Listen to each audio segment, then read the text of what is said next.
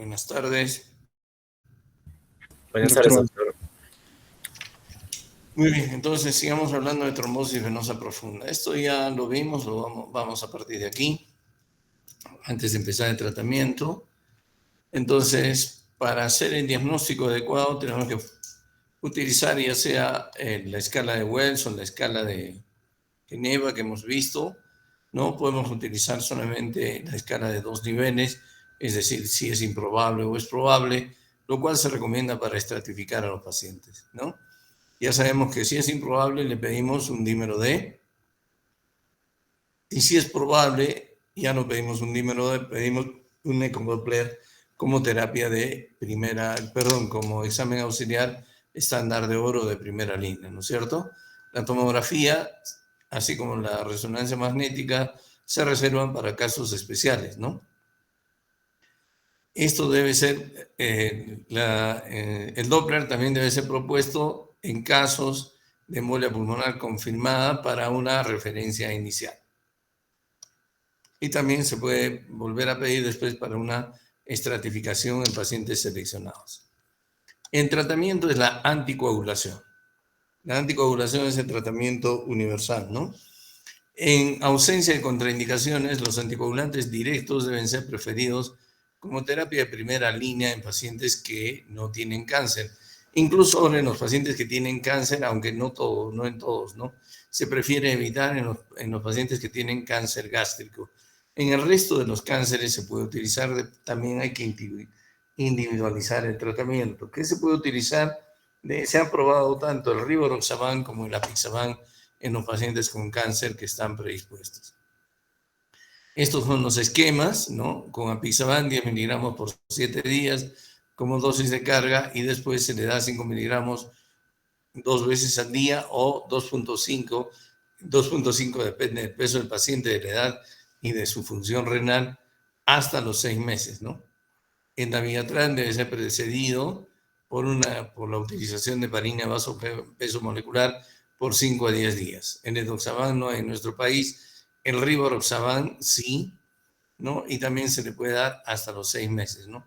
Será 15 miligramos 2 veces al día por 3 semanas, 21 días, y luego 20 miligramos o dosis entre 10 a 20 miligramos, dependiendo de su función renal fundamentalmente. Y la warfarina o antagonistas de la vitamina K, hay que conseguir un INR de 2 a 3, precedido de un tratamiento con heparina bajo peso molecular. Este es el tratamiento preferido en la mayoría de los casos, ¿no? Hay algunos pacientes en los cuales la anticoagulación puede ser conflictiva, sobre todo si es una trombosis venosa aislada y distal. ¿En qué pacientes se puede tener, digamos, algo de precaución para anticoagularlos o decidir no anticoagulación? En los pacientes que tienen una trombosis venosa aislada secundaria a cirugía u otros factores transitorios, ¿no? Como por ejemplo, como por ejemplo inmovilización, trauma, viajes prolongados, en ellos, ¿no? Factores de alto riesgo en estos pacientes que a pesar de tener una trombosis aislada tienen estos factores, es preferible anticoagularlos siempre. Algunos no se hacen problemas y anticoagulan a todas las trombosis venosas profundas. ¿Qué es lo que dice la guía? Pacientes con trombosis venosa proximal deben ser anticoagulados por lo menos por 3 meses. Ya sabemos que proximal decimos a partir de la femoral, ¿no? Por lo menos por 3 meses tienen que ser anticoagulados. Pacientes con trombosis aislada distal de alto riesgo de recurrencia, ellos también deben ser anticoagulados como si fueran una trombosis venosa proximal. Para aquellos con bajo riesgo de recurrencia que hemos visto, por lo menos 4 o 6 semanas o a dosis bajas, o se puede hacer un seguimiento con ecografía. Algunos no se hacen problemas y anticoagulan todas las trombosis, distales, proximales, aisladas, por lo menos por 3 meses. Nuevamente, en ausencia de contraindicaciones, los anticoagulantes directos deben ser preferidos como terapia de primera línea en pacientes que no tienen cáncer. Los únicos pacientes que tienen cáncer son en los que no debemos anticoagular o no se puede anticoagulación con anticoagulantes directos en los que tienen cáncer gástrico.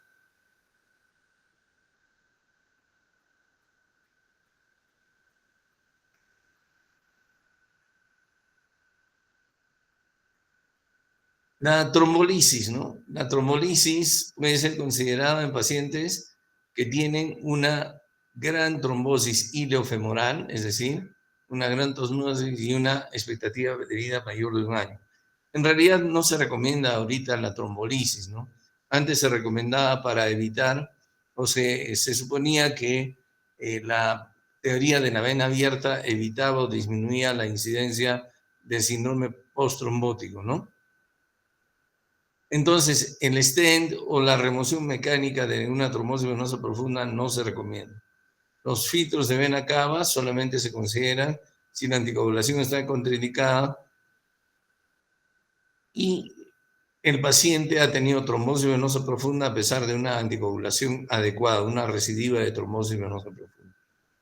A todos los pacientes debemos recomendarle la compresión, ya sea con vendas, con vendas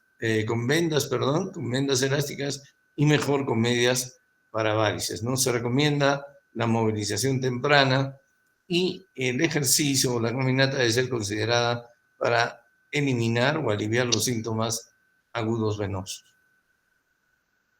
Entonces, la trombolisis solamente se hace en centros especializados y cuando la trombosis es muy profunda, ¿no?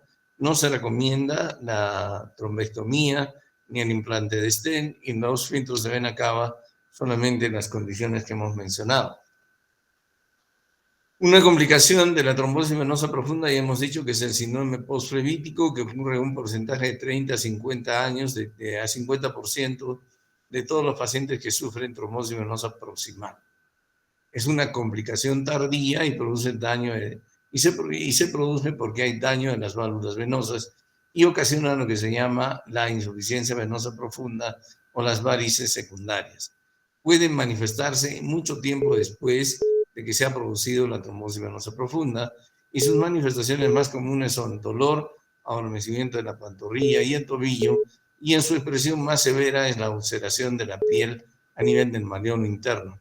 No existe tratamiento específico y lo más que se puede hacer, se puede utilizar las botas de compresión. La recanalización con stent, como les digo, no está indicada, ¿no? Esta es la expresión máxima de síndrome postrombótico o síndrome postflebítico. Son las botas de compresión que se pueden utilizar, pero no las tenemos en nuestro país. Esto a veces mejora con la cirugía de las varices. De hecho, la aparición de úlceras es indicación para cirugía de las varices y suele mejorar, y luego la utilización crónica de medias para varices o compresión, una terapia compresiva crónica para nuestros pacientes. La trombosis venosa superficial rara vez resulta en tromboembolismo pulmonar, está asociada al uso de catéteres endovenosos e infusiones, puede también ocurrir en venas varicosas. Hay que tener cuidado con una patología que se llama la trombosis migratoria superficial, que se produce en pacientes con cáncer de páncreas. Generalmente está caracterizada por una cuerda dolorosa palpable y lo único que hay que dar es tratamiento de soporte, antiinflamatorios, cremas heparinoides. Muy ocasionalmente se puede utilizar antibiótico. La única trombosis venosa superficial que se que se aconseja anticoagular o que se recomienda anticoagular es la trombosis safena. ¿Por qué? Porque puede extenderse hacia la femoral y provocar una trombosis safeno-femoral. Esta sí se anticoagula como si fuera una trombosis venosa profunda. Las venas varicosas se producen por un defecto en la estructura y la función de las válvulas de las venas. Tenemos dos tipos de venas varicosas. Las primarias, que corresponden a afección del sistema superficial, son más frecuentes en las mujeres y hay una historia familiar de las mujeres, ¿no? En las mujeres, es decir, si la mamá tuvo varices, es muy probable que la hija lo tenga, lo mismo que también lo tenga la abuela, etc. Y las varices secundarias son las que acabamos de mencionar, que se producen por el síndrome postflebítico postrombótico, conocido por insuficiencia venosa profunda, hay incompetencia de perforantes y usualmente hay oclusión venosa profunda, ¿no? Ninguna de las dos, como hemos dicho, tiene tratamiento específico. Las varices primarias tampoco se pueden curar. Se recomienda a veces el tratamiento quirúrgico por razones estéticas o por razones de tratamiento, como ocurre en el síndrome postrombótico cuando se ulcera la piel. Lo mejor es evitar o prevenir el uso o prevenir el desarrollo de varices en aquellas mujeres que tienen predisposición. Es decir, evitar estar mucho tiempo de pie, no usar zapatos de taco alto, no usar ropa muy ajustada, no usar como método anticonceptivo hormonas o la terapia hormonal como método anticonceptivo, cuidar su peso. Todo eso puede ayudar a retrasar la aparición de venas, ¿no? Y si escogen una profesión en la que tienen que estar mucho tiempo parados, por ejemplo, ser cirujanos, sería bueno que siempre usen vendas elásticas o en todo caso medias para varices para evitar el desarrollo de estas, ¿no? Estas son las venas, ya sabemos esto, y bueno, se hace mucho mejor. Como hemos dicho, la trombosis venosa profunda es parte de lo que se considera el síndrome tromboembólico venoso, el cual está constituido por la trombosis venosa profunda y la embolia pulmonar. ¿Cuándo ocurre embolia pulmonar? Ocurre embolia pulmonar cuando precisamente el trombo de la trombosis venosa profunda se desprende y este trombo viaja ¿a dónde? Hacia el sistema venoso, llega de la vena cava inferior a la aurícula derecha, al ventrículo derecho y de ahí pasa a la circulación pulmonar y produce embolia pulmonar que dependiendo de su severidad puede llegar a comprometer la vida del paciente. Ocasionalmente, las trombosis venosas profundas muy distales a partir de la poplitea están producidas por coágulos pequeños y estos ocasionalmente pueden pasar a través, como ya lo hemos mencionado antes, de un foramen oval permeable o de una comunicación interauricular no diagnosticada y producir una embolia paradójica, es decir, una embolia del lado arterial. La embolia pulmonar es la tercera causa de morbimortalidad cardiovascular más frecuente a nivel mundial y su incidencia más o menos está entre 40 y 115 casos por cada 100.000 habitantes, ¿no? Cuando se produce embolia pulmonar se producen obviamente anormalidades respiratorias. Las más frecuentes son la hipoxemia y un gradiente de tensión alveolo arterial muy incrementado.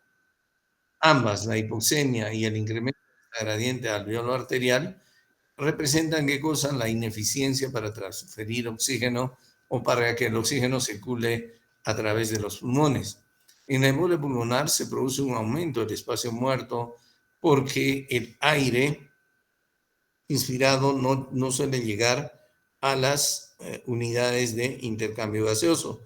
Y también hay un aumento del espacio muerto fisiológico. Entonces, hay un aumento del espacio muerto anatómico porque el aire inspirado no llega a las unidades de intercambio gaseoso. Y hay un aumento del espacio muerto fisiológico porque el aire, el poco aire que llega, tampoco puede ser transferido debido a que la sangre no llega hacia las unidades de intercambio gaseoso. Hay otras anormalidades fisiopatológicas que se producen en la embolia pulmonar. Una de estas es la resistencia vascular incrementada, debido a que las plaquetas que están contenidas en el trombo liberan sustancias vasoactivas, especialmente serotonina, y producen vasoconstricción. Entonces, aumenta la resistencia vascular pulmonar por dos motivos: por la vasoconstricción que se produce debido a la liberación de serotonina por parte de las plaquetas y también por la dimensión de la obstrucción de la circulación pulmonar ocasionada por el trombo o por el émbolo, ¿no? Hay un intercambio gaseoso inadecuado, por lo que acabamos de mencionar, aumento del espacio muerto anatómico y fisiológico. Hay una hiperventilación alveolar de tipo reflejo. Hay un incremento de la resistencia en la vía aérea. También se produce broncoconstricción, debido también a la liberación de estas sustancias vasoactivas que no solamente afectan el músculo liso vascular pulmonar, sino también afectan el músculo bronquial. Entonces se produce broncoespasmo o broncoconstricción. Hay una disminución de la distensibilidad pulmonar. ¿Por qué? Porque se produce edema, se produce pérdida de surfactante y se produce también hemorragia, ¿no? Entonces, todo esto disminuye la distensibilidad pulmonar y contribuye a la malfunción de la circulación pulmonar. Y finalmente se produce una disfunción ventricular derecha dependiendo del grado de hipertensión pulmonar que se produzca, dependiendo del grado de aumento de la resistencia vascular pulmonar. Porque ya hemos dicho varias veces que el ventrículo derecho es una cámara de volumen, no es una cámara de presión, y frente a incrementos de su postcarga, frente a aumentos de la resistencia vascular pulmonar, el ventrículo derecho puede fallar, se dilata y puede fallar. Y de hecho la falla del ventrículo derecho es la característica fisiopatológica más importante de la tromboembolia pulmonar. Como acabamos de mencionarles, entonces se produce hipertensión pulmonar por diferentes razones. Una de ellas es dependiendo de la magnitud de la oclusión de la circulación pulmonar y la otra es el vasoespasmo que se produce. Hay aumento de la poscarga. Ya les acabo de mencionar que el ventrículo derecho responde tanto al aumento de la pos como de la precarga como con dilatación. Se dilata el ventrículo derecho y se produce insuficiencia tricuspidea. El aumento de la poscarga y la insuficiencia tricuspidea aumentan la tensión de la pared del ventrículo derecho y esto produce activación neurohormonal, ¿no? Aumento de, ¿qué cosa? Fundamentalmente, aumento de los péptidos natriuréticos, aumenta el péptido natriurético. Hay inflamación miocárdica, también se produce aumento de la actividad nerviosa simpática, se produce inflamación. El aumento de la tensión de la pared produce aumento de la demanda de oxígeno y esto favorece isquemia del ventrículo derecho. El aumento de la tensión de la pared también produce compresión de la arteria coronaria y esto también produce isquemia del ventrículo derecho, de la coronaria derecha. Por lo tanto, falla la contractilidad del ventrículo derecho. Al fallar la contractilidad ventricular derecha, cae el gasto del ventrículo derecho. Si cae el gasto del ventrículo derecho, menos sangre va a llegar al ventrículo izquierdo y cae la precarga del ventrículo izquierdo. Además, la precarga del ventrículo izquierdo no solamente cae por la caída del gasto del ventrículo derecho, sino que debido a la dilatación del ventrículo derecho, el septum interventricular es empujado, desplazado hacia la cavidad ventricular izquierda, disminuyendo la cavidad de llenado del ventrículo izquierdo y eso hace que caiga la precarga del ventrículo izquierdo, cae el gasto cardíaco total, se produce entonces una caída de la presión arterial sistémica y puede llegar esto al shock cardiogénico y a la muerte del paciente. Entonces, ¿cómo definimos inestabilidad hemodinámica? ¿Qué es lo que nos puede producir la falla del ventrículo derecho? Entonces, hablamos de inestabilidad hemodinámica cuando el paciente desarrolla paro cardíaco o cuando el paciente desarrolla shock obstructivo, debido a que, y eso se caracteriza por una presión arterial sistólica menor de 90, o el paciente requiere vasopresores para conseguir una presión arterial mayor de 90. También, obviamente, hay hipoperfusión de órganos, ¿no es cierto? ¿Qué otra cosa me dice que el paciente está hemodinámicamente inestable? Cuando el paciente está con hipotensión persistente. Entonces, esas tres condiciones me dicen que el paciente con embolia pulmonar está hemodinámicamente inestable. Es importante que recuerden eso, ¿no? La embolia pulmonar se conoce como la gran simuladora. Puede confundirse con un infarto de miocardio, puede confundirse con una neumonía, con falla cardíaca o con disección aórtica. De hecho, se los he mencionado que en un paciente con dolor torácico en emergencia o disnea, no solamente debemos pensar en infarto, sino debemos pensar en disección de aorta, debemos pensar en pericarditis, debemos pensar en osteocondritis, infarto y embolia pulmonar. La manifestación más frecuente de la embolia pulmonar es la disnea y el dolor torácico, que característicamente son de inicio súbito. De inicio súbito. El paciente suele haber estado asintomático hasta hace un momento y súbitamente desarrollan disnea y dolor torácico, ¿no? Existen otras manifestaciones como la tos, el dolor retroesternal, fiebre, hemoptisis, síncope. Puede haber evidencia de trombosis venosa profunda en estos pacientes. De hecho, la debe de haber y debemos buscarla cuando estamos enfrentando una embolia pulmonar. Ya dijimos entonces que es la gran simuladora y de que los síntomas más frecuentes es el dolor o disnea de inicio súbito. Al igual que cuando enfrentamos una trombosis venosa profunda, debemos establecer la posibilidad de que el paciente esté desarrollando una embolia pulmonar. Y aquí también los criterios de Wells, aunque un poco distintos, nos sirven. Entonces tenemos que utilizar estos scores que han sido probados y validados para pensar en la posibilidad o descartar la posibilidad de embolia pulmonar. Observen, entonces existen pacientes en los cuales si sospechamos embolia pulmonar debemos buscar esto.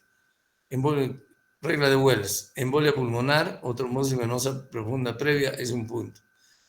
Taquicardia, un punto. Cirugía en las últimas 4 semanas, un punto. Hemoptisis, un punto. Cáncer activo, un punto. Signos clínicos de trombosis, otro punto. Y diagnóstico alternativo, o menos probable que la embolia pulmonar, esto es -1, no es 1. Entonces, aquí tenemos probabilidad clínica. Podemos escoger simplemente la de 2 escalas, improbable y probable. Improbable de 0 a 1 y probable mayor o igual a 2 puntos. Esto nos sirve para que, al igual que en la trombosis venosa profunda, en el paciente que sea improbable y que está viniendo de la calle, está asintomático, le pedimos Dimerodec. Y en el paciente que es probable, le pedimos el examen Gold estándar para el diagnóstico de embolia pulmonar. ¿Cuál es? La tomografía, ¿no? Esta es otra escala de Geneva que también podemos utilizarla. También considera varias cosas similares: embolia pulmonar o trombosis venosa previa, cirugía, hemoptisis, cáncer, ¿cierto? También nos da escalas de bajo, intermedio y alto, o de escalas de improbable o probable. Cualquiera que utilicemos, entonces, nos sirve para seguir el camino, ¿no?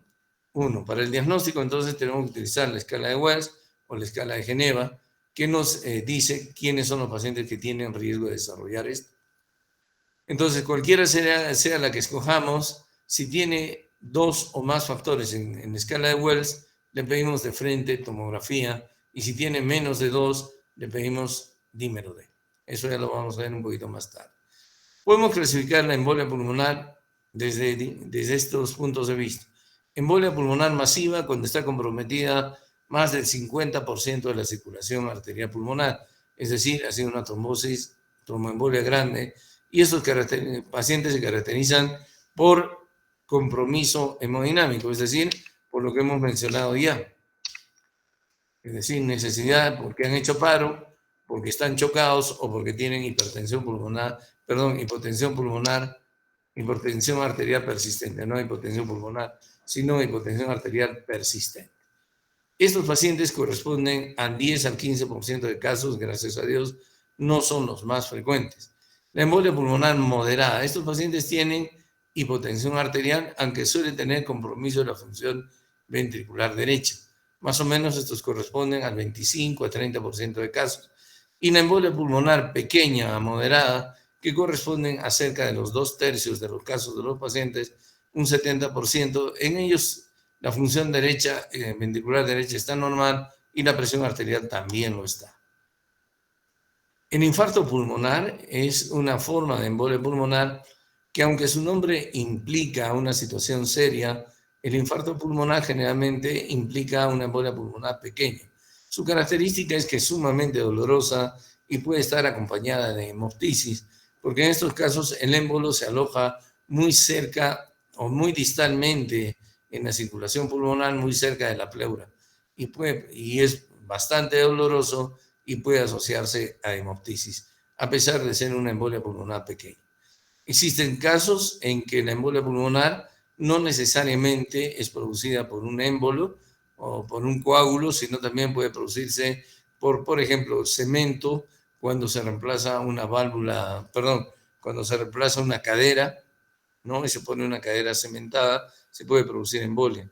Hay embolia de líquido amniótico, hay embolia grasa también en los pacientes que sufren fracturas importantes, sobre todo en fractura de fémur. Hay embolias también que se producen por materiales raros, como por ejemplo cabellos, algodón, etcétera, sobre todo en aquellos pacientes que son adictos a drogas por vía endovenosa.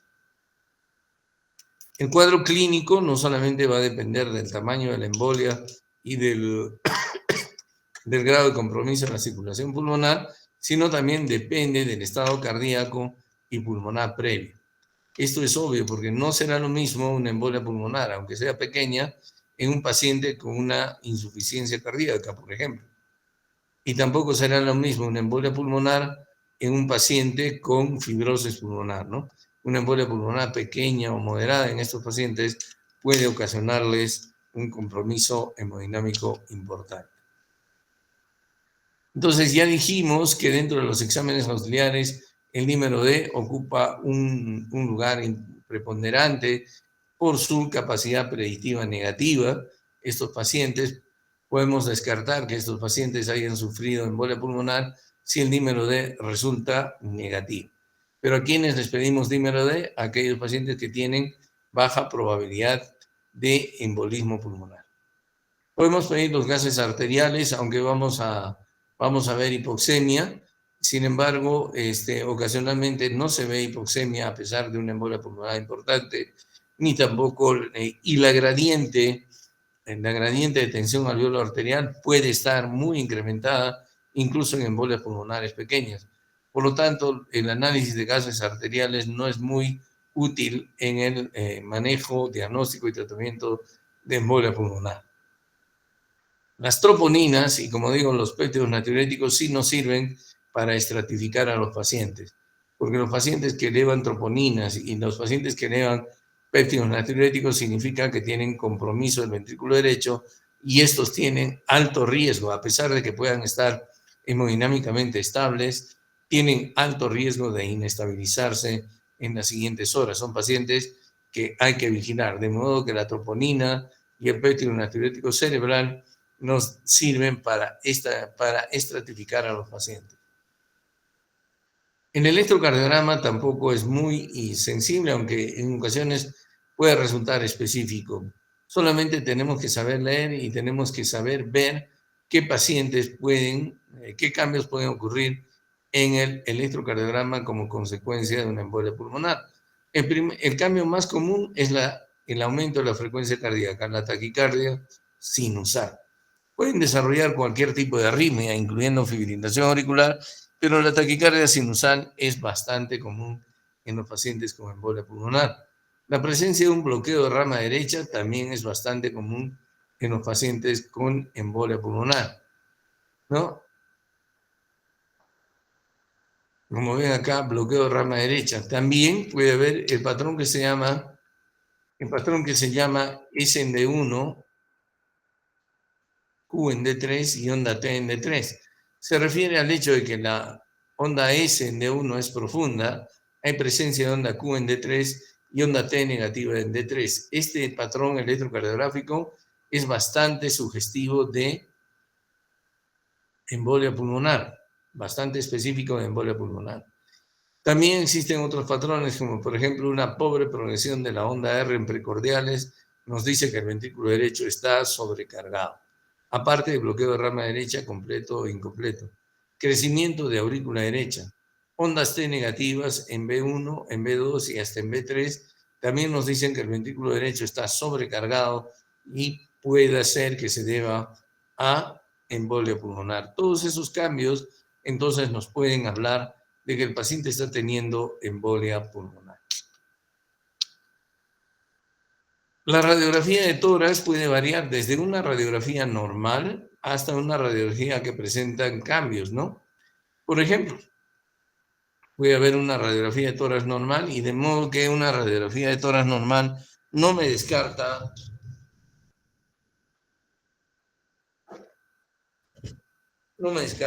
embolia pulmonar. Si tiene una radiografía de tórax normal, es muy probable que sí tenga embolia pulmonar. Por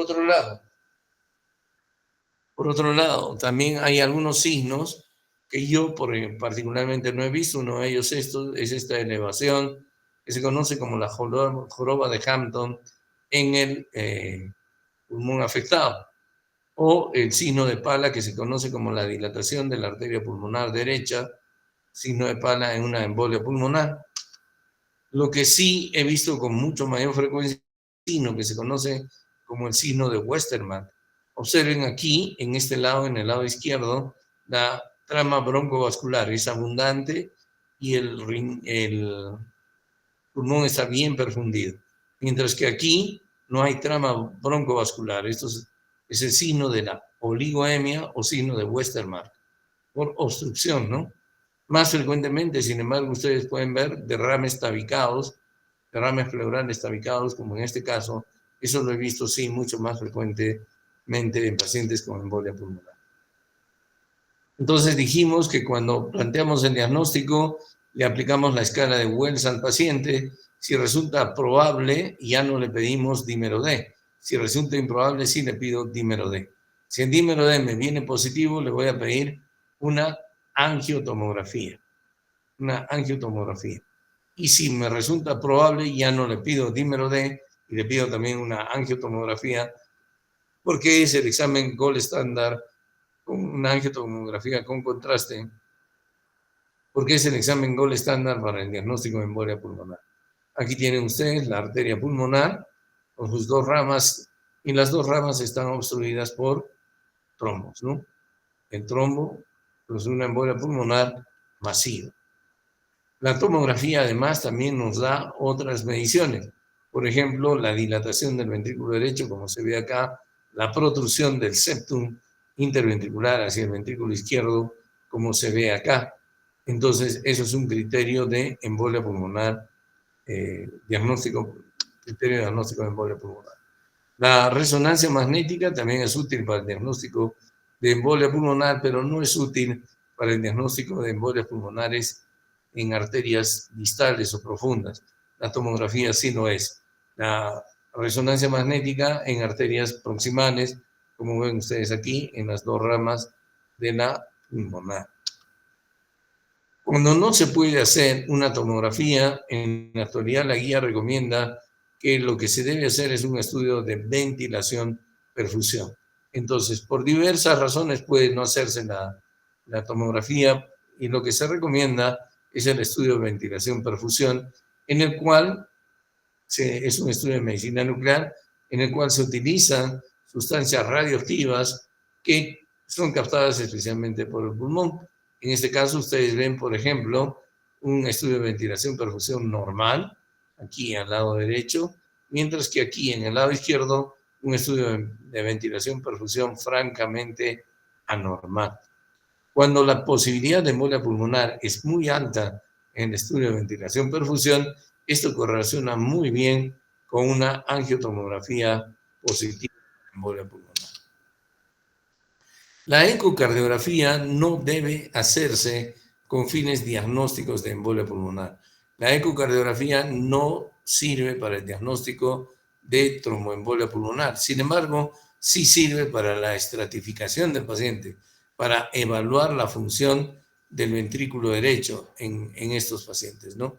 Muy ocasionalmente en la ecocardiografía podemos ver el trombo desplazándose hacia los pulmones, muy ocasionalmente, pero más frecuentemente vemos en una embolia pulmonar masiva o de alto riesgo, dilatación del ventrículo derecho, como ven ustedes aquí, podemos ver la función del ventrículo derecho, podemos ver la motilidad de la pared libre que puede estar comprometida, y hay una hiperquinesia del ápex, lo que se conoce como el signo de McConnell.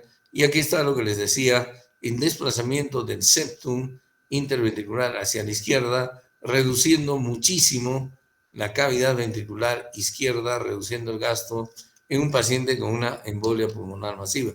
De modo que, si bien es cierto, la ecocardiografía es muy útil en el manejo del paciente con embolia pulmonar, no es el examen gold estándar para hacer el diagnóstico, ¿no?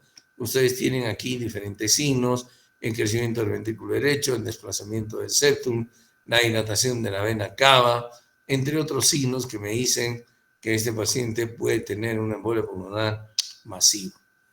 La angiografía ya no se utiliza más. La angiografía con sustracción digital antes se utilizaba para ubicar el émbolo, como ven ustedes aquí. Ahora la tomografía, que resulta no invasiva y mucho más sensible y específica, es el examen gold estándar para esto. Entonces, cuando enfrentamos a un paciente con probable tromboembolia pulmonar tenemos los siguientes caminos. Nuevamente les repito. Escala de Wells, ver si es probable o improbable. Si es improbable, dímelo D. Dímelo D positivo, le pido tomografía. Y si es probable, de frente le voy a angiotomografía. De ahí me fijo si el paciente tiene o no compromiso hemodinámico. Si no tiene compromiso hemodinámico, es decir, si no tiene ni shock ni hipotensión, ya ven ustedes el camino que les he mencionado. Dímelo D si es improbable. Si es positivo, angiotomografía. Si la angiotomografía es negativa, no se trata. Si es positiva, entonces se trata.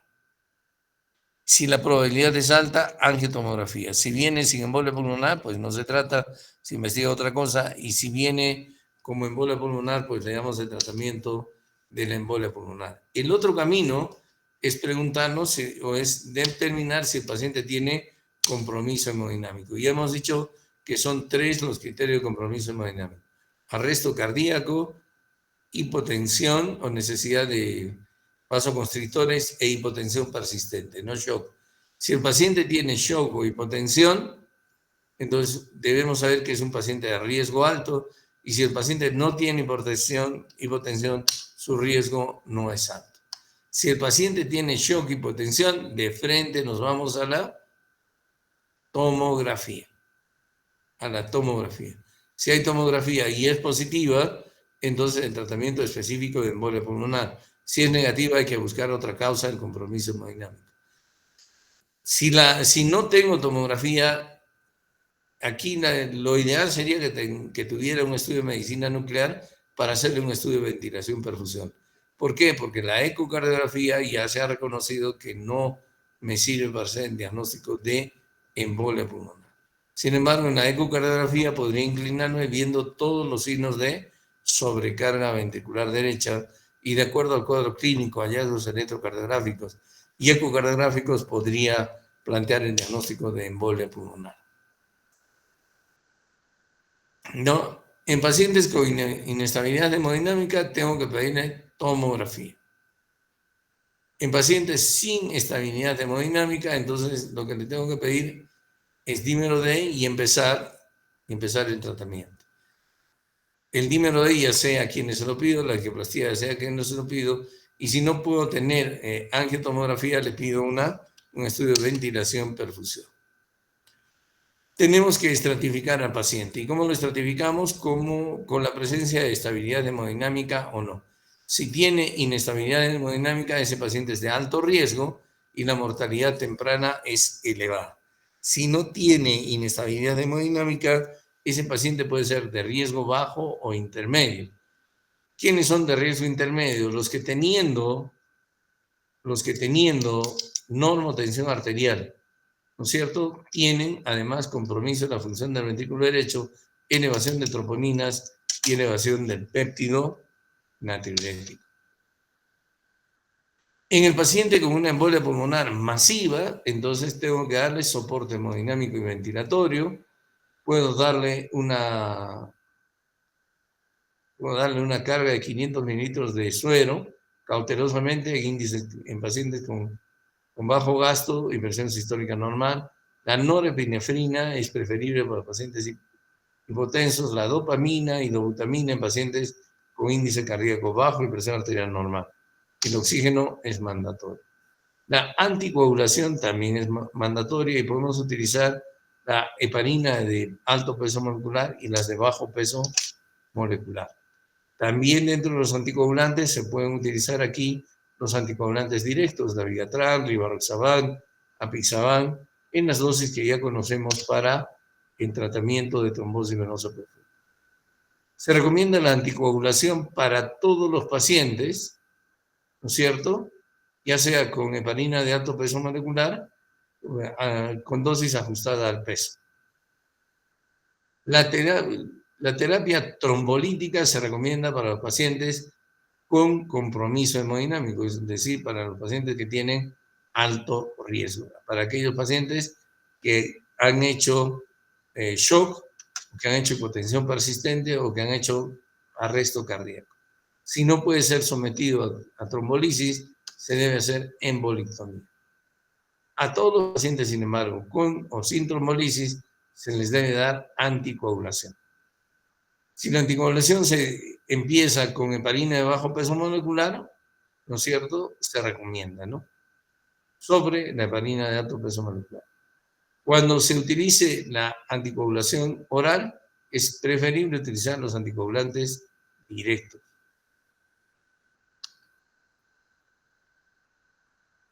La terapia trombolítica se recomienda para los pacientes con deterioro hemodinámico que estén en tratamiento anticoagulante.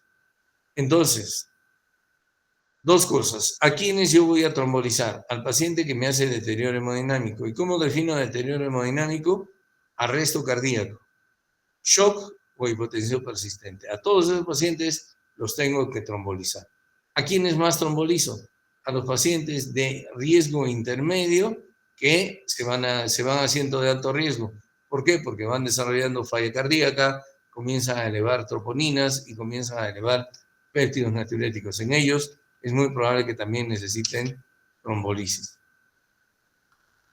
Entonces, en el camino, sospecha clínica de embolia pulmonar, shock o hipotensión. No, entonces aquí lo único que yo hago es anticoagulación. Incluso puedo dar tratamiento domiciliario. Si mi paciente tiene riesgo intermedio, ¿qué es riesgo intermedio? El paciente que tiene presión arterial normal, pero compromiso de la función ventricular derecha y tiene además elevación de troponinas y de péptidos natriuréticos. A ese paciente puedo evaluarlo, tengo que seguirlo y puede volverse en un paciente de riesgo intermedio alto y hay que darle reperfusión de rescate. Si el paciente no evoluciona hacia riesgo intermedio alto, sino intermedio bajo, solo anticoagulante. Y el paciente que sí hace hipotensión o compromiso hemodinámico es de riesgo alto y a ese paciente reperfusión primaria, es decir, trombolisis inmediatamente.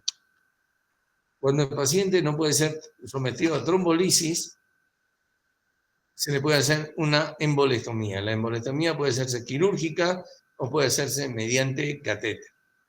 En ambos casos, el procedimiento es de alto riesgo y cuando se llega a esta situación, el pronóstico del paciente no es bueno. Tenemos que hacer prevención de síndrome tromboembólico venoso y para ello tenemos que identificar qué pacientes están en alto riesgo de síndrome tromboembólico venoso. Los pacientes de cirugía de alto riesgo no ortopédica, los pacientes oncológicos, los pacientes que tienen cáncer activo, los pacientes de cirugía ortopédica mayor. ¿Quiénes son? Los de rodilla y los de cadera, ¿no? Y los que están enfermos críticamente, ¿quiénes? Los que están postrados crónicamente en cama, accidentes cerebrovasculares, insuficiencias cardíacas, infartos del miocardio, cánceres, etc. En todos ellos se puede plantear diferentes esquemas de profilaxis de trombosis venosa profunda. Lo importante es identificarlos y darles la profilaxis adecuada. Es muy importante evaluar correctamente la situación para ofrecer. Recuerden que la trombosis venosa profunda es la gran simuladora, ¿no? Entonces hay que pensar en tromboembolia pulmonar. La tromboembolia pulmonar es la gran simuladora y hay que pensar en ella siempre que un paciente tenga factores de riesgo. ¿Tienen alguna pregunta? Con todo gusto. Doctor, ¿y más o menos cuánto tiempo deberían recibir el tratamiento de anticoagulación a estos pacientes? Esa es una buena pregunta. Depende. Depende, por ejemplo, si, como esto es prácticamente es un mismo cuadro, si el paciente, por ejemplo,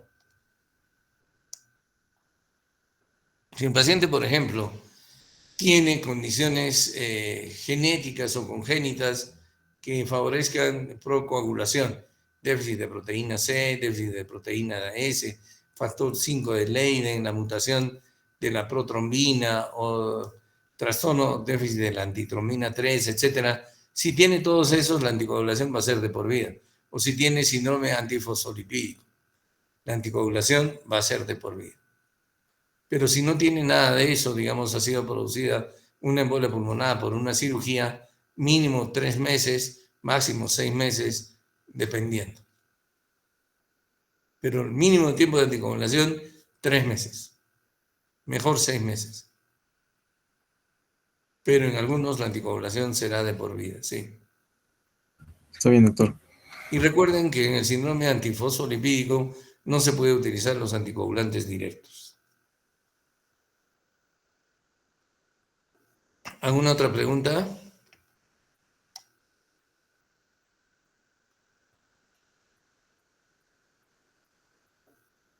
¿Alguna otra pregunta? Creo que no, doctor. Ok, nos vemos el jueves entonces. Ok, doctor, mañana y miércoles, entonces, feriado. ¿O quieren hacer mañana clases y pasado también? No, doctor, habrá que Ah, ya. quitar el feriado. Entonces nos vemos el jueves.